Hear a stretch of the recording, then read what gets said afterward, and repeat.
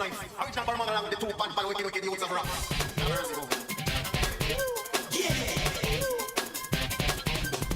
What's your business? Don't think when I'm riding by. Ain't no drizzle, be the truth off the east side. I know we ain't got my money because they cut it high. I got me in mind. I got the green line. I got to get it how I live it. Well. Who do we got here? We got one live fish on the line late at night. Yeah. We're waiting for more people to come. We got nobody. Except for Pal Sear. Not one Orthodox church, but primarily Orthodoxy as a whole is receiving a disease of modernism and the waters of heresy. Share screen with you guys. So we're going to share screen with two things. First, you got to hear this video. I'm not going to play it. It's 50 seconds, 30 seconds, not even. And you can all take a look at that. That is, J. Dyer has posted Bishop Alexander of the OCA, Origin is a Saint.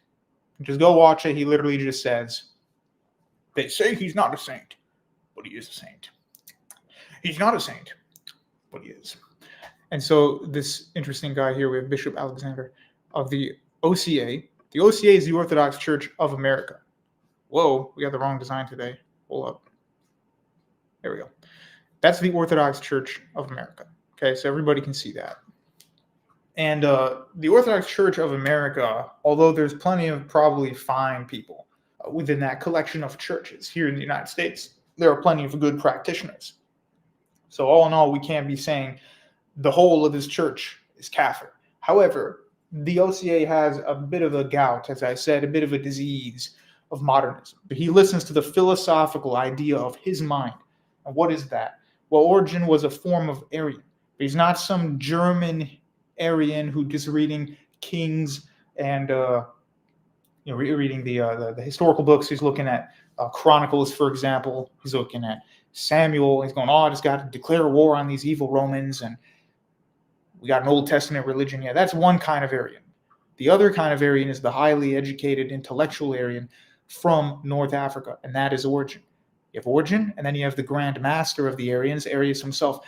Both Arius and Origen use Neoplatonism. That's right, it came up again. Sorry, guys, it was bound to, but we're not going to dwell too much on it, to justify not believing in the Christian Trinity. And if you don't believe what I'm saying, you can even look at this Muslim scholar, Dr. Ali Atei, and he says that there are two modes of Trinitarianism, Binitarianism. He says there's the Gnostic or Neoplatonic, what he calls a Platonized gospel. And that is that the Son is divine, but he's not quite at the level of God. They're not the same being. He's the nous. He's the kind of intercessory nous. He's not really a secondary person of God. So just so you're aware, that's what he says. And then he says that is distinct from what the church fathers, quote, invented, which is Christian Trinitarian monotheism.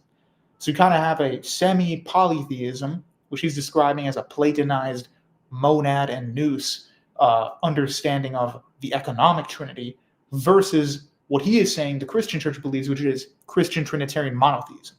So obviously the church all believes in Christian Trinitarian monotheism, whether you're Latin Catholic, Eastern Orthodox, Oriental Orthodox, Nestorian, Protestant, whatever.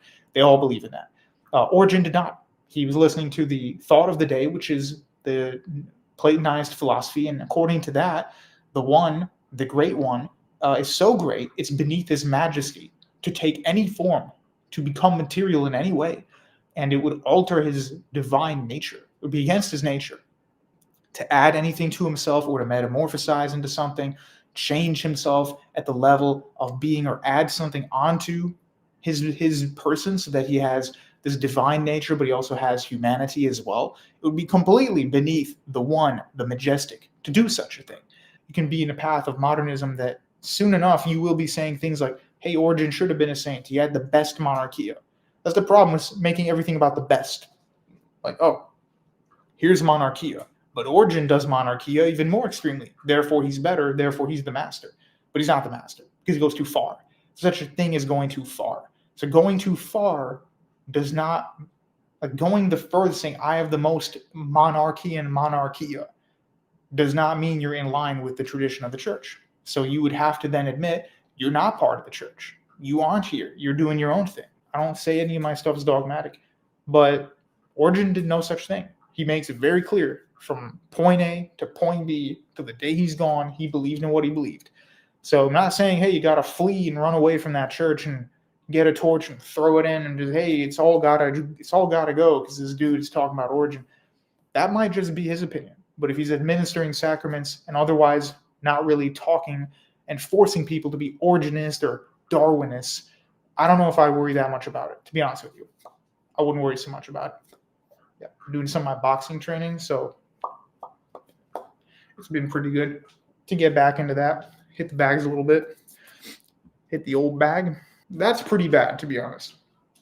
Saying that you kind of like Origen, but not elaborating on it, okay.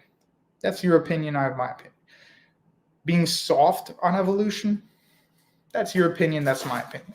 But then saying Genesis is allegorical, just making a statement, saying it is allegorical, that's kind of ballsy to say, and that would be very wrong. That would be very risky to say. The Orthodox Church does not say that Genesis and the Torah are allegorical. It says there are some people who explain it as such and some people who don't. And for the most part, the Church Fathers do not believe it's allegorical. So that is completely a wrong position to take. I'm sorry. I will definitely suffer on this hill, which is I'm not going to just say everything's allegorical so it's easier to debate with Atheist Gooner 78 from Reddit. Like, we have certain things that we're going to believe in. We have certain things that are part of the faith. And one of those is believing that the word real. So did Moses lie? Right? Because he doesn't tell us it's allegorical. He doesn't explain it in a cosmic, poetic way. He explains it the way he explains it. And you could take it further and say, well, 6 days might not be exactly 6 days. Whatever. You can say it might not be exactly 6 days. Give me a good argument. But then to say all of it's allegorical, it's completely wrong. Even the Catholic Church doesn't actually dogmatically command you to believe in the Big Bang Theory. Just because some Catholic priest at a university burped out this theory doesn't mean you have to believe in it. Genesis is truth, and why can't people understand that? God is capable of creating all the future and all the past at the same time. Yeah, exactly. You could radiocarbon something and it says, hey man, this is 10 million years old, but that could have been put there yesterday, and its age can be 10 million years old. Because when God made Adam, for instance, did he make him as an embryo, or was Adam made as a full man? So would you say, hey Adam, you're a baby? You're a baby who's 1 day old? No, you look at this grown man, probably had stubble or a beard, you say, that guy's at least 25, 30 years old. This is not some 9-year-old, and he's not a baby. And yet he's a day old, and he's 30 years old. So which one is he? People are kind of lazy when they do polemics. And be like, oh, Catholic Big Bang, Wikipedia, the guy who created it, Catholic Church invented Big Bang. Or maybe that guy's just a lunatic. Oh, Zimbabwe. What we discussed with modernism seems very similar to what we were discussing prior to how a lot of Protestantism is effectively just saying that Catholicism is correct up until a certain point, because a lot of modernist ideals are effectively rehashing old ideals, presenting them as new and improved, even though they're just addressing debates and arguments that we've been having for thousands of years, and it's not as new or as smart as they think they are. Now, obviously, a modernist idea, when formed in the current time period, cannot be 100% identical to how it was presented in the past, but it does not change the fact that we do not live in an ideological or philosophical vacuum. Our ideas are effectively just building upon multiple other forms of thought.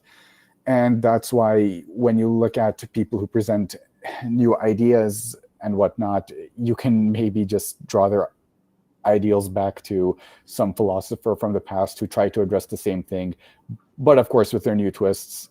It's just that a lot of modernists tend to have this big ego about how they are addressing a problem with a solution that no one has ever thought before. But humans don't really change that much. You are probably just rehashing some sort of ancient Greek philosopher, or some, if you're an Islamic modernist, you're probably just rehashing some golden age scholar or whatnot. So basically, I'm just telling people to keep your egos in check. Humanity has existed for thousands of years. Some things never change, and maybe that's why your modern idea is not as revolutionary as you think it is. Definitely. Thank you for that. Two crooks. Actually, this time we have a good amount of people here. So Yeah. do you have any other thoughts, or I'll just let them in?